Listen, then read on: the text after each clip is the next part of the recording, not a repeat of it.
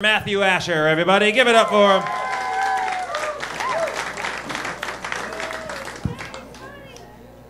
I can't believe I have to follow Munch. This is going to be ugly. Can you guys hear me first off? Okay, good. The last time I was doing this, no one could hear me, so I didn't know if I had to, like blow the mic or whatever. Today, December 21st, this is my father's 68th birthday, so I wanted to wish him a happy birthday. And in doing so, I promised him I would open up my act by doing nothing but making fun of him. You have to know my dad for this to be... What? You don't know him. Anyway, my father, great guy though. If you look up the word stereotypical Jew in the dictionary, there's probably a picture of him. Good, another member of the tribe here. I'm glad you guys are here. Anyway, but he wasn't always like this. Back in the 70s, he actually had really long hair and a porn stash that, would even give Tom Selleck a run for his money. And, despite all this, we have all these great pictures of him back as a hippie. He claimed he never once did drugs. And I'm like, Dad, you went to college in the 60s and 70s. Just tell me. No, I never did. So a couple of years ago when I was dating my last ex, she had asked me if I started smoking weed a couple weeks into the relationship. I looked at her, no, babe, why? We found out later on that apparently it was my sweat that smelled like pot. So apparently my father had done so much of it, it is now encoded into my DNA. And he still won't own up to it. Again, I love my dad. He, aside from that, you can choke this up to, way too much, weed smoking.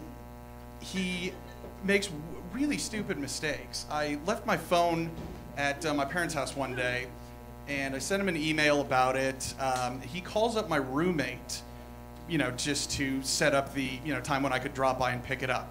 While I'm talking to him on my roommate's phone, he says, Matthew, I need you to give me Daniel, my roommate, I need you to give me Daniel's number so I can call you in case there's a problem. Okay, I'm going to repeat that again.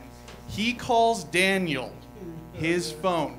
He asks me for Daniel's phone number. Do I need to do sign language for those that aren't laughing, or? Anyway, I'm glad we actually have a full house and you guys aren't, what do they have at the Fox? I think the Nutcracker or something. It's just weird. I had to go to that once when my sister was 5. She was like the fat ass mouse that got shot in the ass. If you guys remember that. And I was like 14 at the time, and I hated going to that just because the guys, the male ballerinas, the spandex they were wearing, I mean, you could tell who was Jewish and who wasn't. It was really, yeah. Anyway, well, I'm glad, like I said, you guys are here. I actually just got out of the hospital 2 weeks ago. Oh no, that's not the funny part. The fun part's coming. I had to go, and I've actually had a history of, I'm not going too far into it, but I've had 4 heart surgeries, 2 stomach surgeries. So, scars, out the wazoo. And the last time, they drugged me up and everything. And apparently, like Munch over there, you become a totally different person.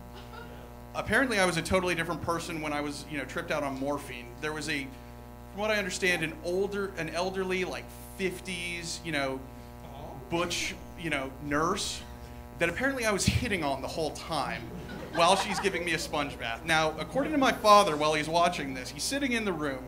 I ask her the usual, blah, blah, blah, what's your name, da-da-da-da-da. She mentioned something about just getting out of a relationship. Now, according to my dad, I said, oh, really? Well, I'm available. She then said... She then tells me, oh, no, you're way too young for me. And I said, no, that's no problem. I've dated women that are 50. My dad looks at her and goes, yeah, he has. She then has to point out, I also date, by the way, I also date women. And I was like, yeah, that hasn't stopped me before. And my father looks at her, yeah, that's true. For a while, I actually dated a 45-year-old lesbian. Former lesbian, now straight, so. All right, anyway, So that wasn't even the... a couple days later, they transferred me to ICU. I'm still doped up. This is... they actually had a catheter. I had a catheter. So if any of you guys don't know what that is, that's a tube they stick in your urethra so you can pee. Really, really painful. So after a couple... It really hurts when you try to pee. So, I mean, I don't know. You tell me. Does it feel like gonorrhea or something? Or... Anyway, I had to get it removed. And I had the unfortunate...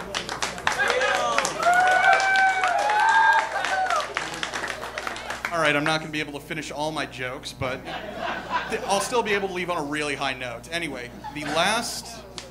So, finally I have to get the catheter out. And of course, they have to send the hottest nurse. If she was in a candy stripe outfit, you would assume she was a porn star.